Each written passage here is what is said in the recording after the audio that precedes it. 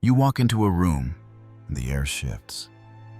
Eyes glance your way, not with admiration, but with unease. You speak, and your words, sharp, clear, cutting through the noise, make people fidget. You ask questions others avoid. See patterns they miss, challenge ideas they cling to. You are not loud, not cruel, not even trying to stand out. Yet somehow you do, and that makes you a threat. Why? Because you are intelligent.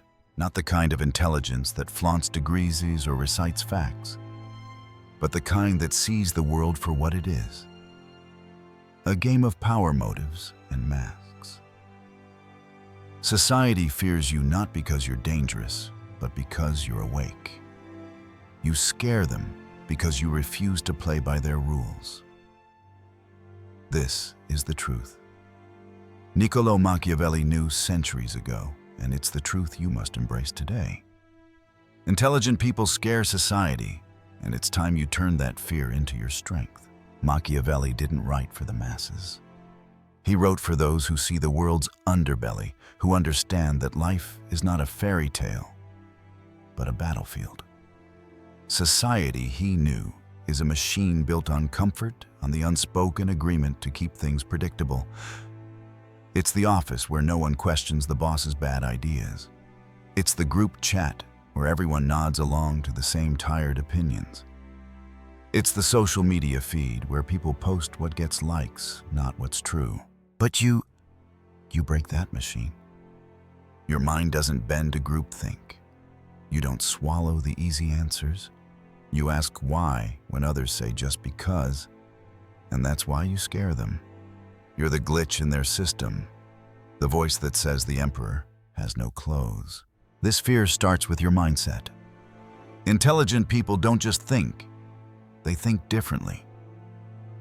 You don't accept the world as it's handed to you. You dissect it. You see the contradictions in what people say and do. You notice the coworker who smiles to your face but undermines you behind your back. You spot the politician's promise that sounds noble, but serves their own agenda. You catch the influencer's authenticity that's just a script for clout. This clarity, this refusal to be fooled, is what sets you apart, but it also isolates you. Society doesn't reward those who see too much. It rewards those who play along, who keep the illusion alive. When you refuse, when you call out the lie, you become the outsider. And outsiders scare people. Why? Because your clarity exposes their blindness. Think of Galileo, who looked at the stars and said the Earth wasn't the center of the universe.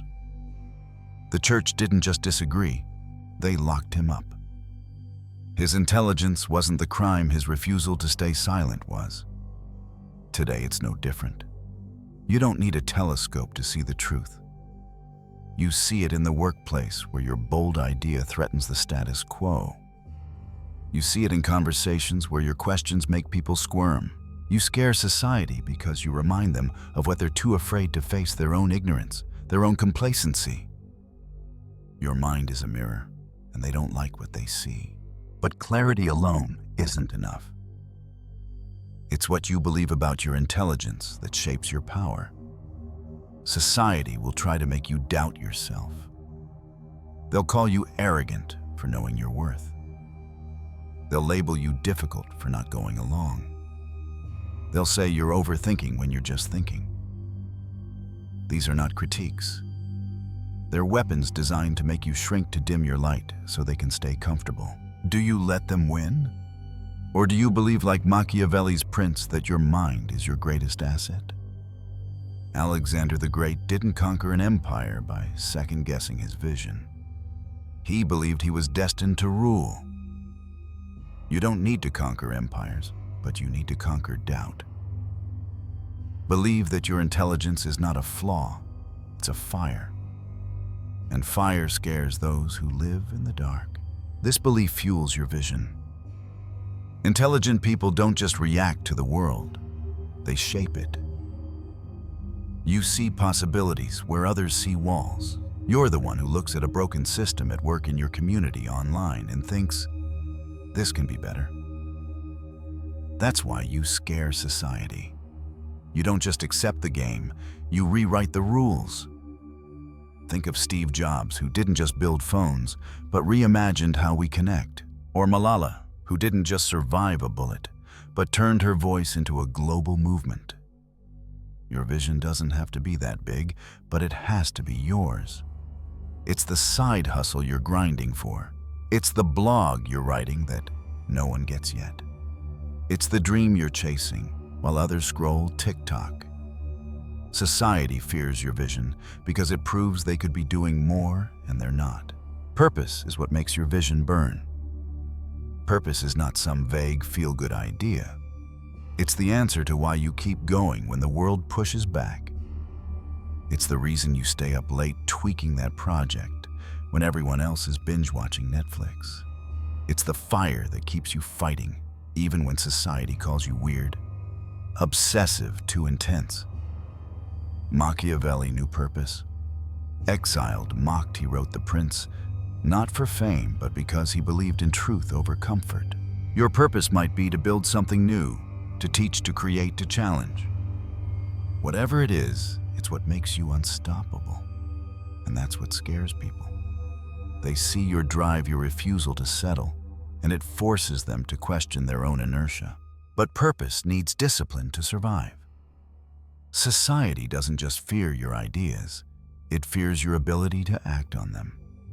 Discipline is what turns your thoughts into reality. It's not sexy. It's not the viral moment or the big win. It's the quiet grind, waking up early to work on your craft, saying no to distractions, choosing progress over comfort. Look at Beyoncé. She doesn't just show up and slay. She rehearses until her feet bleed plans. Every detail outworks everyone. That's discipline. It's what makes the intelligent terrifying. You don't just think better, you do better.